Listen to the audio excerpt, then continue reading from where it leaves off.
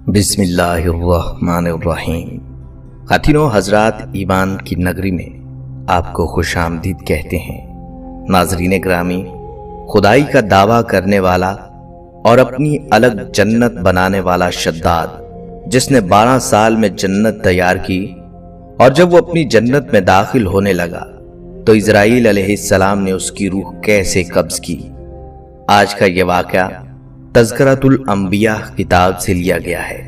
قصہ کہانی سمجھے جانے والی اس جنت کے کھنڈرات آج دریافت ہو چکے ہیں، لہٰذا خواتینوں حضرات، اس ویڈیو میں آپ کو بتائیں گے شداد اور اس کی جنت کا کیا انجام ہوا، اور ساتھ ہی یہ بھی بتائیں گے کہ وہ کون شخص ہے جو شداد کی بنائی ہوئی جنت کو دیکھے گا۔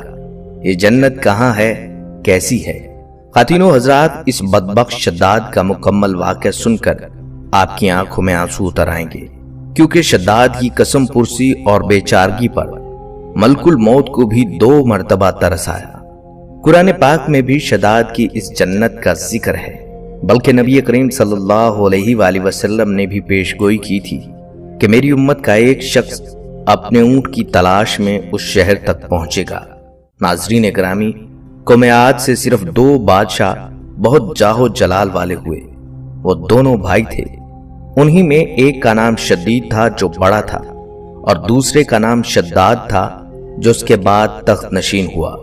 یہ دونوں وسیع علاقے پر قابض ہو گئے اور بے شمار لشکر و خزانے انہوں نے جمع کر لیے تھے، بلکہ مردوں میں شداد ہی وہ واحد شخص تھا جس نے زمینی جنت بنائی، اور اس نے اپنی اس جنت کا نام ارم رکھا۔ شداد نے جنت بنانے کا آئیڈیا حضرت ہود علیہ السلام سے لیا۔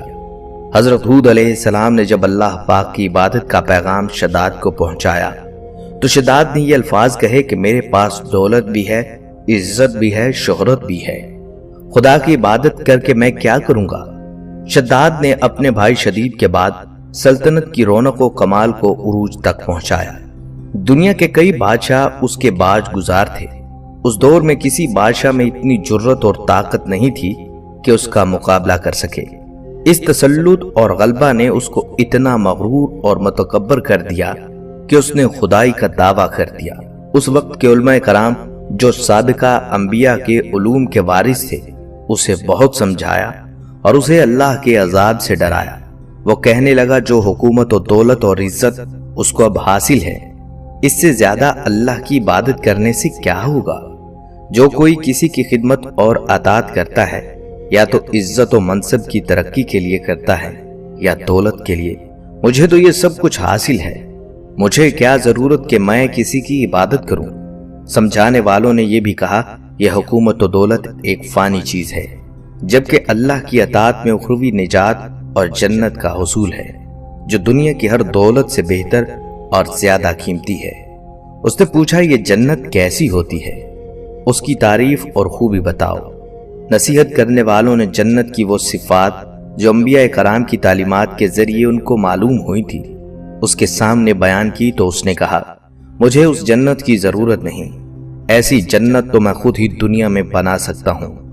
لہٰذا اس نے اپنے افسروں میں سے 100 معتبر افراد کو بلایا، ہر ایک کو 1000 آدمیوں پر مقرر کیا، اور تعمیر کے سلسلے میں ان سب کو اپنا نقطہ نظر اور پسند سمجھا دی۔ اس کے بعد پوری دنیا میں اس کام کے ماہرین کو عدن بھجوانے کا حکم دیا، اور اپنی قلم رو میں سب حکمرانوں کو یہ حکم دیا سونے چاندی کی کانوں سے اینٹیں بنوا کر بھیجیں، اور کوہ عدن کے متصل ایک مربع شہر جو 10 کوس چوڑا اور 10 کوس لمبا ہے بنانے کا حکم دیا۔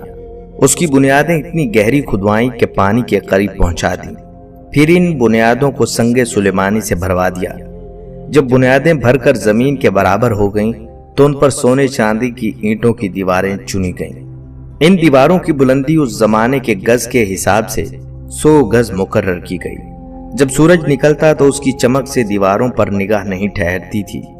یوں شہر کی 4 دیواری بنائی گئی۔ اس کے بعد 4 دیواری کے اندر 1000 محل تعمیر کیے گئے۔ ہر محل 1000 ستونوں والا تھا، اور ہر ستون جواہرات سے جڑوایا گیا تھا۔ پھر شہر کے درمیان میں سے ایک نہر بنائی گئی، اور ہر محل میں سے اس نہر سے چھوٹی چھوٹی نہریں لے جائی گئی۔ ہر محل کی دیواریں اور فرش یاقوت، سمرد، مرجان اور نیلم سے سجا دی گئیں۔ نہروں کے کنارے پر ایسے مصنوعی درخت بنائے گئے جن کی جڑیں سونے کی، شاخیں اور پتے زمرد کے تھے۔ ان کے پھل موتی، یاقوت اور دوسرے جواہرات کے بنوا کر ان پر ٹانک دیے گئے۔ شہر کی دکانوں اور دیواروں کو مشک و زعفران اور عنبر و گلاب سے ثقیل کیا گیا۔ یاقوت و جواہرات کے خوبصورت پرندے چاندی کی دیواروں پر بنوائے گئے جن پر پہرے دار اپنی اپنی باری پر آ کر پہرے کے لیے بیٹھ جاتے۔ جب تعمیر مکمل ہو گئی تو حکم دیا کہ سارے شہر میں ریشم کے قالین بچھا دیے جائیں۔ پھر نہروں میں سے کسی کے اندر میٹھا پانی، کسی میں شراب، کسی میں دودھ اور کسی میں شہد و شربت جاری کر دیا گیا، اور ہر پیشہ و ہنر والے کو حکم ہوا کہ اپنے کاموں میں مشغول ہو جائیں، اور یہ کہ اس شہر کے تمام باسیوں کے لیے ہر وقت ہر قسم کے پھل اور میوے پہنچا دیا کریں۔ جب یہ شہر اس سجاوٹ کے ساتھ تیار ہو گیا تو تمام امراء کو یہ حکم ہوا کہ اس شہر میں آباد ہو جائیں۔ پھر شداد خود اپنے لاؤ لشکر کے ہمراہ انتہائی تکبر اور غرور کے ساتھ اس شہر کی طرف روانہ ہوا۔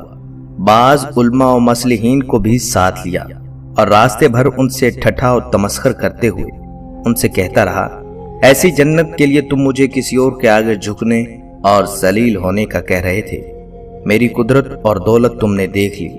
جب قریب پہنچا تو تمام شہر والے اس کے استقبال کے لیے شہر کے دروازے کے باہر آ گئے اور اس پر جواہر نچھاور کرنے لگے۔ اسی ناز و ادا سے چلتے ہوئے جب شہر کے دروازے پر پہنچا تو روایت ہے کہ ابھی اس نے گھوڑے کی رکاب سے ایک پاؤں نکال کر دروازے کی چوکھٹ پر رکھا ہی تھا کہ اس نے وہاں پہلے ایک اجنبی شخص کو کھڑے ہوئے دیکھا۔ پوچھا، تو کون ہے؟ اس نے کہا، میں ملک الموت ہوں۔ پوچھا، کیوں آئے ہو؟ اس نے کہا، تیری جان لینے۔ شداد نے کہا، مجھے اتنی مہلت تو دے کہ میں اپنی بنائی ہوئی جنت کو دیکھ لوں۔ جواب ملا، مجھ کو حکم نہیں۔ کہا، چلو اس قدر ہی فرصت دے دو کہ گھوڑے پر سے اتر جاؤں۔ جواب ملا، اس کی بھی اجازت نہیں۔ چنانچہ ابھی شداد کا ایک پاؤں رکاب میں اور دوسرا چوکھٹ پر ہی تھا کہ ملک الموت نے اس کی روح قبض کر لی، اور پھر حضرت جبرائیل علیہ السلام نے اتنی زور سے چیخ ماری کہ وہ تمام شہر اپنی سجاوٹوں کے ساتھ زمین بوس ہو گیا اور اس کا نام و نشان تک نہ رہا۔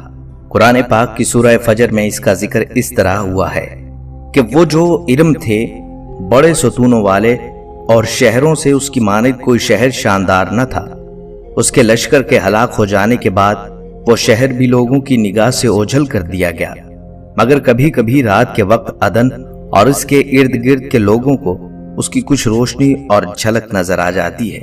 یہ روشنی اس شہر کی دیواروں کی ہے۔ حضرت عبداللہ بن قلابہ جو صحابی ہیں اتفاق سے ادھر کو چلے گئے۔ اچانک آپ کا ایک اونٹ بھاگ گیا۔ آپ اس کو تلاش کرتے کرتے اس شہر کے پاس پہنچ گئے۔ جب اس کے میناروں اور دیواروں پر نظر پڑی تو آپ بے ہوش ہو کر گر پڑے۔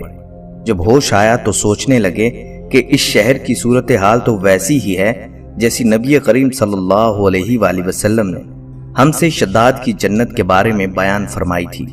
یہ میں خواب دیکھ رہا ہوں یا اس کا کسی حقیقت سے کوئی تعلق ہے؟ اسی کیفیت میں اٹھ کر وہ شہر کے اندر داخل ہوئے۔ اس کے اندر نہریں اور درخت بھی جنت کی طرح کے تھے، لیکن وہاں کوئی انسان نہیں تھا۔ آپ رضی اللہ تعالیٰ عنہ نے وہاں پڑے ہوئے کچھ جواہرات اٹھائے اور واپس چل دیے۔ وہاں سے وہ سیدھے اس وقت کے دارالخلافہ دمشق میں پہنچے۔ حضرت امیر معاویہ رضی اللہ تعالیٰ عنہ وہاں موجود تھے۔ وہاں جو کچھ ماجرا ان کے ساتھ پیش آیا انہوں نے بیان کیا۔ حضرت امیر معاویہ نے ان سے پوچھا، وہ شہر آپ نے حالت بیداری میں دیکھا تھا کہ خواب میں؟ حضرت عبداللہ رضی اللہ تعالیٰ عنہ نے بتایا کہ بالکل بیداری میں دیکھا تھا۔ پھر اس کی ساری نشانیاں بتائیں کہ وہ عدن کے پہاڑ کی فلاں جانب اتنے فاصلے پر ہے، ایک طرف فلاں درخت اور دوسری طرف ایسا کنواں ہے، اور یہ جواہرات یاقوت نشانی کے طور پر میں وہاں سے اٹھا کر لایا ہوں۔ حضرت امیر معاویہ رضی اللہ تعالیٰ عنہ یہ ماجرا سننے کے بعد نہایت حیران ہوئے۔ پھر اہل علم حضرات سے اس کے بارے میں معلومات حاصل کی کہ کیا واقعی دنیا میں ایسا شہر کبھی بسایا گیا تھا جس کی اینٹیں سونے چاندی کی ہوں۔ علماء کرام نے بتایا کہ ہاں، قرآن مجید میں اس کا ذکر آیا ہے، مگر اللہ تعالیٰ نے اس کو لوگوں کی نگاہوں سے چھپا دیا ہے۔